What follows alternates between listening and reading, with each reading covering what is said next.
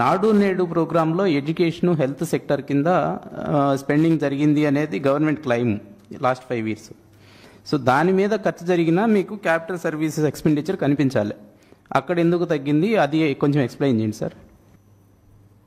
అంటే మనకు 5 సంవత్సరాల్లో బిల్స్ వాళ్ళు పే చేయాలి, అంటే వాళ్ళు ఖర్చు పెట్టారు కానీ కొంత బిల్స్ పే చేయాలి, అప్పు పెట్టేసి వెళ్ళిపోయారు. కొన్ని ఇప్పుడు 1 లక్ష కోట్ల అప్పు ఉంది, 6 లక్ష కోట్లు ఇవి కూడా ఉన్నాయి. కాంట్రాక్టర్స్కి ఇవ్వాల్సిన డబ్బులన్నీ పెండింగ్ ఉన్నాయి, అవుట్ స్టాండింగ్ బిల్స్ అన్ని పెండింగ్ ఉన్నాయి. ఇప్పుడు మేము హాస్పిటల్స్ కడతా ఉన్నారు, ఫౌండేషన్ వేసారు, కొన్ని బిల్డింగ్స్ కట్టారు, డబ్బులు పే చేయలేదు, వెళ్ళిపోయారు. ఇప్పుడు మీరు క్లియర్ చేయరా డ్యూస్ అని? చేయాలి కదా, చేయకపోతే ఏమవుతుంది, అదే కదా బాధ. ఒకటేసారి చేయాలంటే ఎక్కడ ఉన్నాయి? Sir, as of now,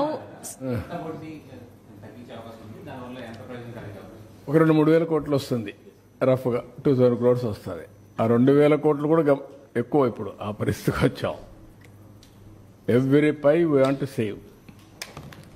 sir, as of now, what is our current outstanding debt, sir? Despite whatever we have so far, completed, what is still our current outstanding debt? Number one. Number two question is, you've said how several funds had been diverted as well.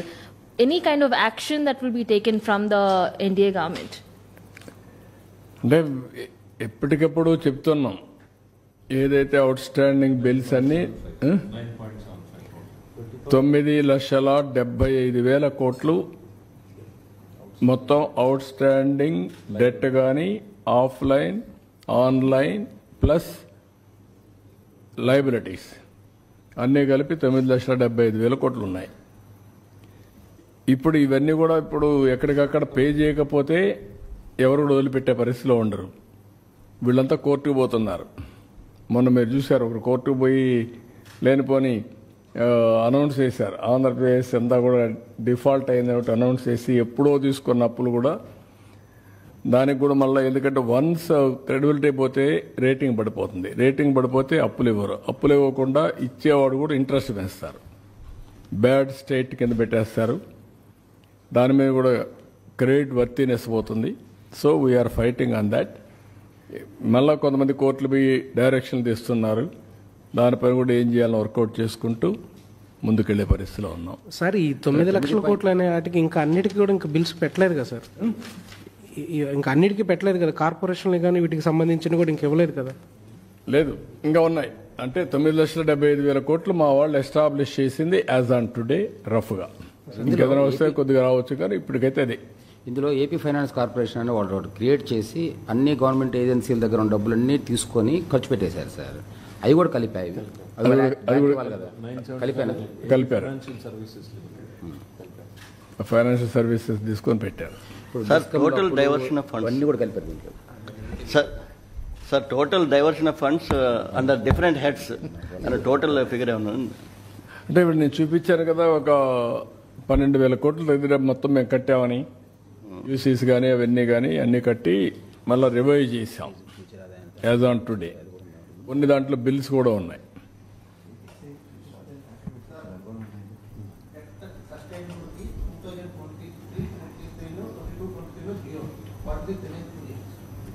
Present కూడా జీరోనే, ఇంకా దాన్ని revive చేయాలి ఇప్పుడు. అందుకనే flexibility లేకుండా చేశారని చెప్పాను కదా సార్. ఏ పారామీటర్ అంటే దానికి ఏమేమి పారామీటర్స్ చూస్తున్నారు జీరో అనే కంక్లూజన్కి రావడానికి? చెప్పా కదా, ఒక లాస్ట్ స్లైడ్కి వెళ్ళు, అక్కడ ఎంత అయితే మనం ఇంట్రెస్ట్ పేమెంట్ చేస్తామో రెవెన్యూ ఈక్వల్ అయితే చూపించే. బ్యాక్ వెళ్ళు, back back back payment increases more than ఇంకా బ్యాక్ బ్యాక్ బ్యాక్ బ్యాక్. ఏ తెలుగుదేశంలోనో చేరితే అనుకోవచ్చు ఎంపీ అవ్వటం కోసం చేరిందండి, లేకపోతే ఎమ్మెల్యే మేమే పారేద్దాం కదా, అవి పెట్టచ్చు. కాంగ్రెస్లో చేరింది, వాళ్ళ పార్టీయే కదా కాంగ్రెస్. జగన్మోహన్ రెడ్డి ఫస్ట్ ఎంపీ అయింది కాంగ్రెస్గా. దీని మీద ఎక్కువ డిస్కషన్ అనవసరం, ఎవరిష్టమైన.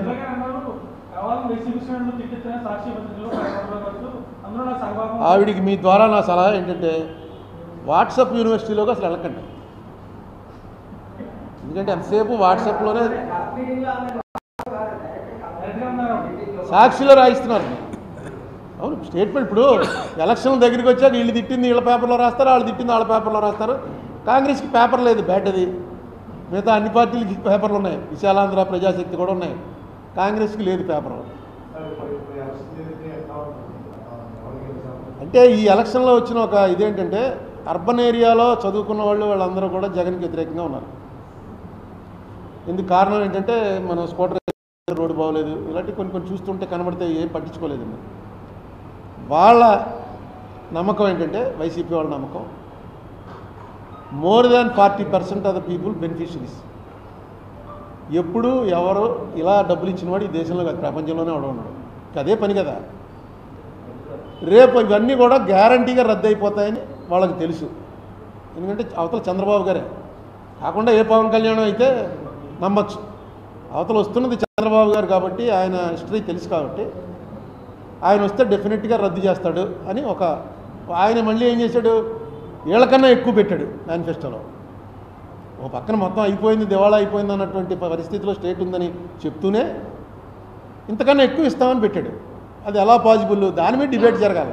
వీళ్ళు ఎంతసేపు నువ్వేదవంటే నువ్వేదవని పెట్టుకుంటున్నారు. కానీ ఆ పార్టీ వాళ్ళు ఈ పార్టీ వాళ్ళు ముఖ్యులు ఎవరైనా వస్తే నాకు నేను దాంట్లో అది మీ పని నేను చేస్తాను. దాన్ని ఏమంటారు, విశ్లేషణ కాదు, మోడరేటా, రోజు కూర్చుని డిబేట్ చేస్తుంటారు, యాంకరింగ్.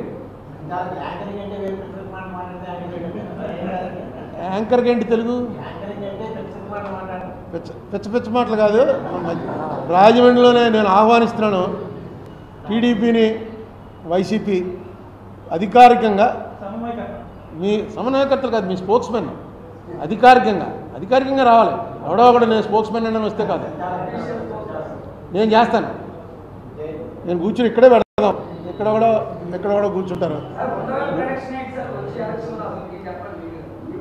నేను నా ఎలక్షనే ప్రిడిక్ట్ చేయలేదు ఎప్పుడు, ఏం చెప్పలేదు. ఇప్పుడు అదే ఇప్పుడు వీళ్ళు జనరల్గా అధికారంలో ఉన్న వాళ్ళకి జనసేన తెలుగుదేశం కలిసిపోయా అనగానే కొంత షేక్ రావాలి. ఎందుకంటే డెఫినెట్గా అది చాలా డెడ్లీ కాంబినేషన్. కానీ చూస్తుంటే వాళ్ళు ఏం షేక్ అవుతున్నట్టు నాకు కనపట్లే. వాళ్ళు ఎవరినైనా అందులో పెద్దవాళ్ళని అడిగితే వాళ్ళు ఏమన్నారంటే నువ్వు ఒకసారి పల్లెటూరుకి వెళ్ళి చూడుగురు, నువ్వు రాజమండ్రిలో కూర్చుని కబుర్లు చెప్పడం కాదు అంటున్నారు.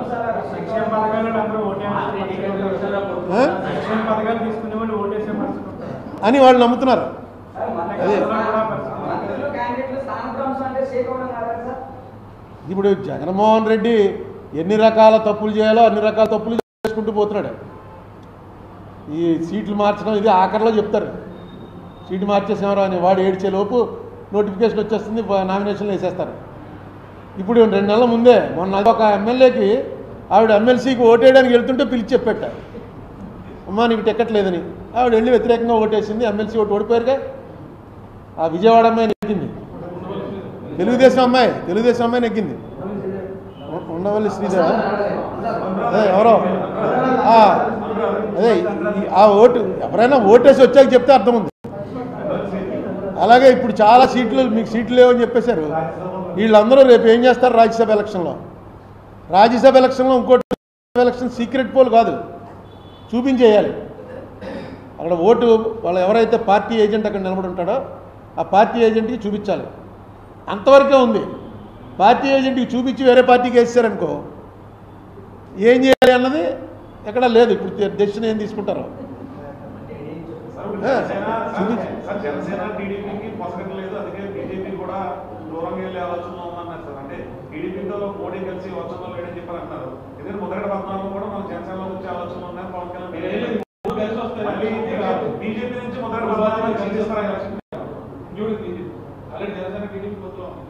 ఈ పొత్తులు కూడా ఇప్పుడు ఇదంతా కూడా మోడీ తేల్చాలి.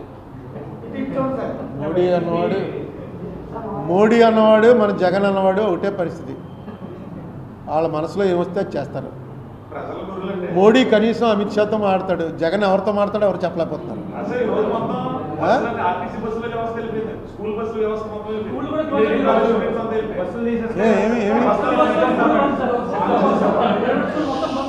ఏంటి మీటింగ్ తీసుకుపోయారనే మీటింగ్ తీసుకుపోయారా?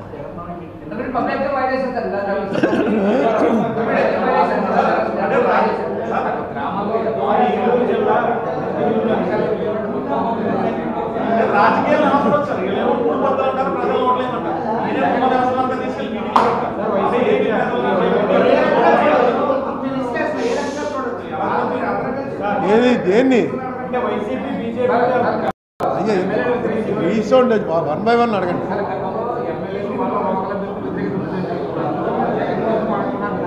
ఏమంటే జగనే 175 స్థానాల్లో జగనే క్యాండిడేట్ కింద లెక్క.